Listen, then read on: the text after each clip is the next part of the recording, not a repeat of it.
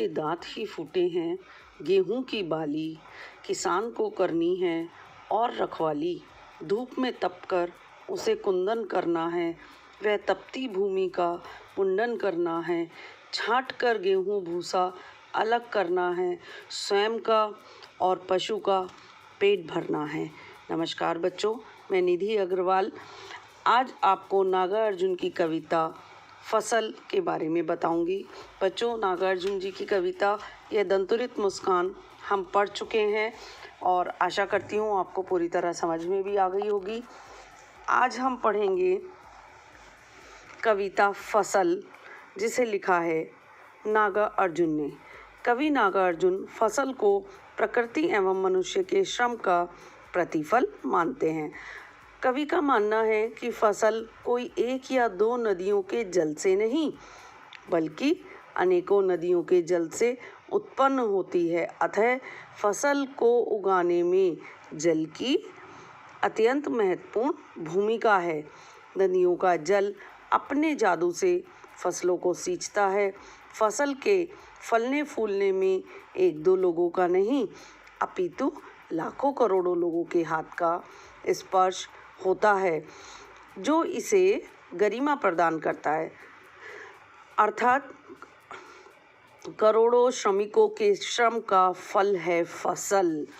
जितने किसान जो खेती करते हैं और मेहनत करते हैं, उसी के परिणाम से हमें मिलती है फसल। फसल को उगाने में धरती की मिट्टी का गुण धर्म भी अपना महत्वपूर्ण योगदान देता है।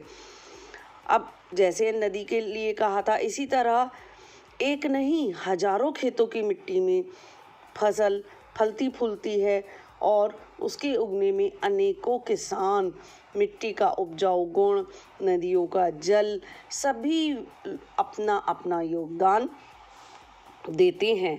यहाँ पर कवि प्रश्न करता है कि फसल क्या है।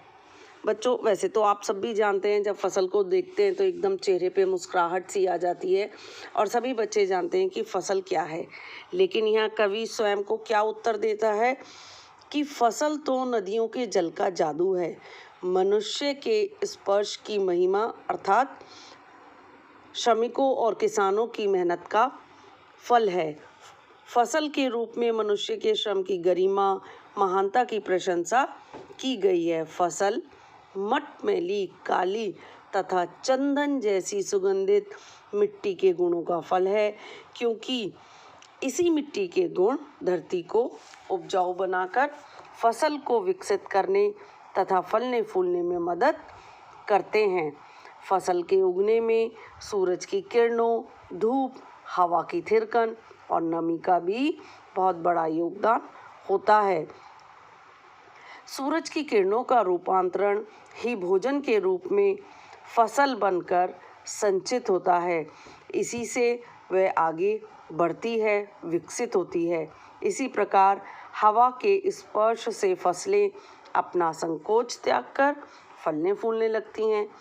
इसी तरह फसल को पोषित करने में, यानी भोजन देने में, आगे बढ़ाने के में प्रकृति के विभिन्न उपादानों, यानी सूरज, हवा, जल और मनुष्य की मेहनत, श्रम, दोनों का महत्वपूर्ण योगदान है। तो बच्चों, ये था इस कविता का सार।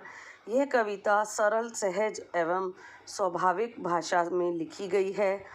कविता में कवि का प्रकृति से गहरा लगाव नज़र आता है।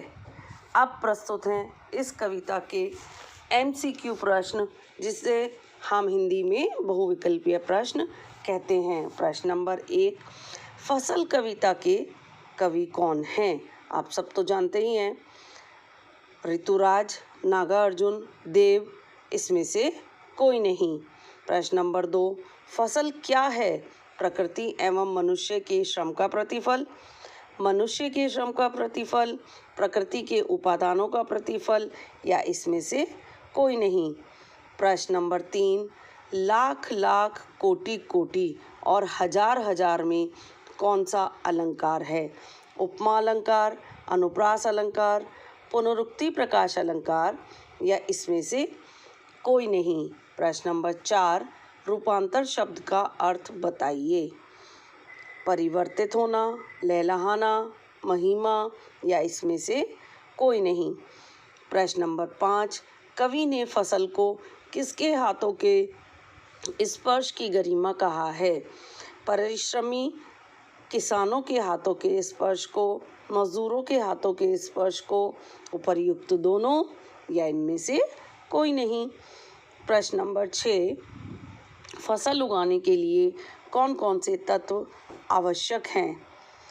मिट्टी और नदियों का जल, किसान के हाथों का स्पर्श, सूरज की धूप, हवा या उपर्युक्त सभी। प्रश्न नंबर 7, संदली शब्द का क्या अर्थ है? गुलाब के रंग वाली, चंदन के रंग वाली, हल्दी के रंग वाली या इसमें से कोई नहीं। अंतिम और प्रश्न नंबर 8, रूपांतर है डैश की किरणों का। इस पंक्ति को बेटा पूरा करना है। यहाँ पर कौन सा शब्द आएगा? चंद्रमा, बिजली, सूरज या इसमें से कोई नहीं। तो ये था बच्चों इस कविता का सार और MCQ क्वेश्चंस। आशा करती हूँ आपको बहुत अच्छे से समझ में आ गए होंगे। धन्यवाद।